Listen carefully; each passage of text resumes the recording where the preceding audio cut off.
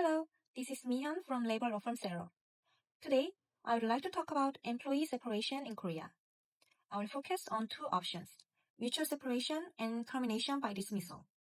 I will explain the difference between the two, what is usually included in a separation agreement, whether separation pay is required, unemployment benefits, and what to be careful about in separation meetings. First, when do we consider separation? Companies consider separation when they cannot continue employment. This may happen when a department is closed, a position is eliminated, the company has financial difficulties, or the employee's performance or attitude does not match the company's direction.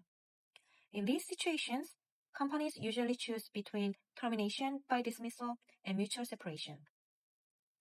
So what is dismissal under the Labor Standards Act? Dismissal means when the company unilaterally ends the employment relationship. Because it is a one-sided decision, the Korean Labor Standards Act sets strict requirements.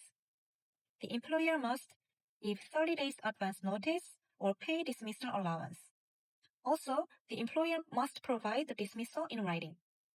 And they need to have a justifiable reason under Article 23 of the Labor Standards Act. In practice, proving a justifiable reason is very difficult. For this reason, dismissal is high risk for employers in Korea. Because dismissal is difficult, most companies choose mutual separation. Legally, mutual separation is still treated as a resignation. However, the key point is that both the employer and the employee agree to end the contract.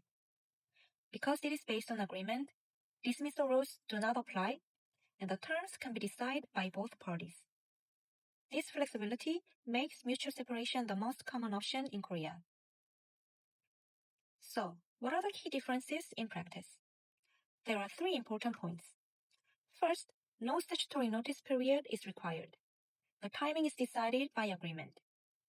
Second, the company should obtain a written resignation letter. Without the resignation letter, it will be hard to prove that the employee agreed to resign. This is very important for legal protection. Third, because the employee consented, they generally cannot file an unfair dismissal claim later. This point is critical from a risk management perspective. What is included in a separation agreement? There is no fixed legal format for a separation agreement, but in practice, it usually includes the following. First, the last working day. This is the employee's final day of actual work. Second, the official termination date. These two dates may be different. For example, the employee may use remaining annual leave, or the company may place the employee on garden leave until the final official termination date. Third, conditions related to separation. This may include handover duties until a certain date, or the employee's request to remain unemployed until a specific time. Fourth, separation package. If you decide to provide separation package, the agreement usually states the amount, the payment date, and the payment method. Is separation package required? Legally, separation package is not mandatory in mutual separation. If an employee agrees to leave without any extra payment, it is okay to end the employment relationship that way. However, in reality, most employees know that dismissal in Korea is very difficult. So without compensation, employees often do not agree to separation. For separation package amount, companies usually consider several factors: the employee's length of service, industry practice, and the company's practical alternatives.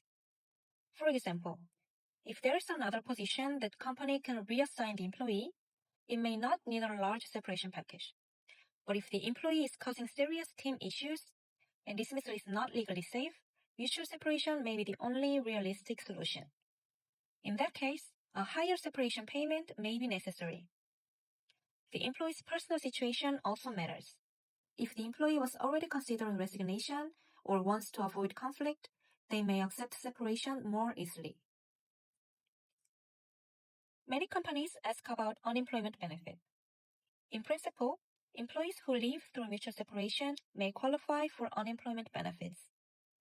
This is because the separation is considered involuntary. However, eligibility depends on the insurance coverage period, age, and the specific circumstance of separation. So this must be reviewed case by case. If the employee is eligible, this can make separation discussions smoother. Finally, when trying to reach agreement, the company must not pressure the employee. If pressure is excessive, two problems may arise. First, even with a resignation letter, the separation may still be judged as unfair dismissal. Second, forcing resignation may be considered workplace harassment.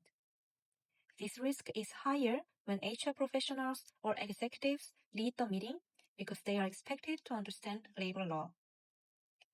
For this reason, separation discussions must be calm, respectful, and voluntary.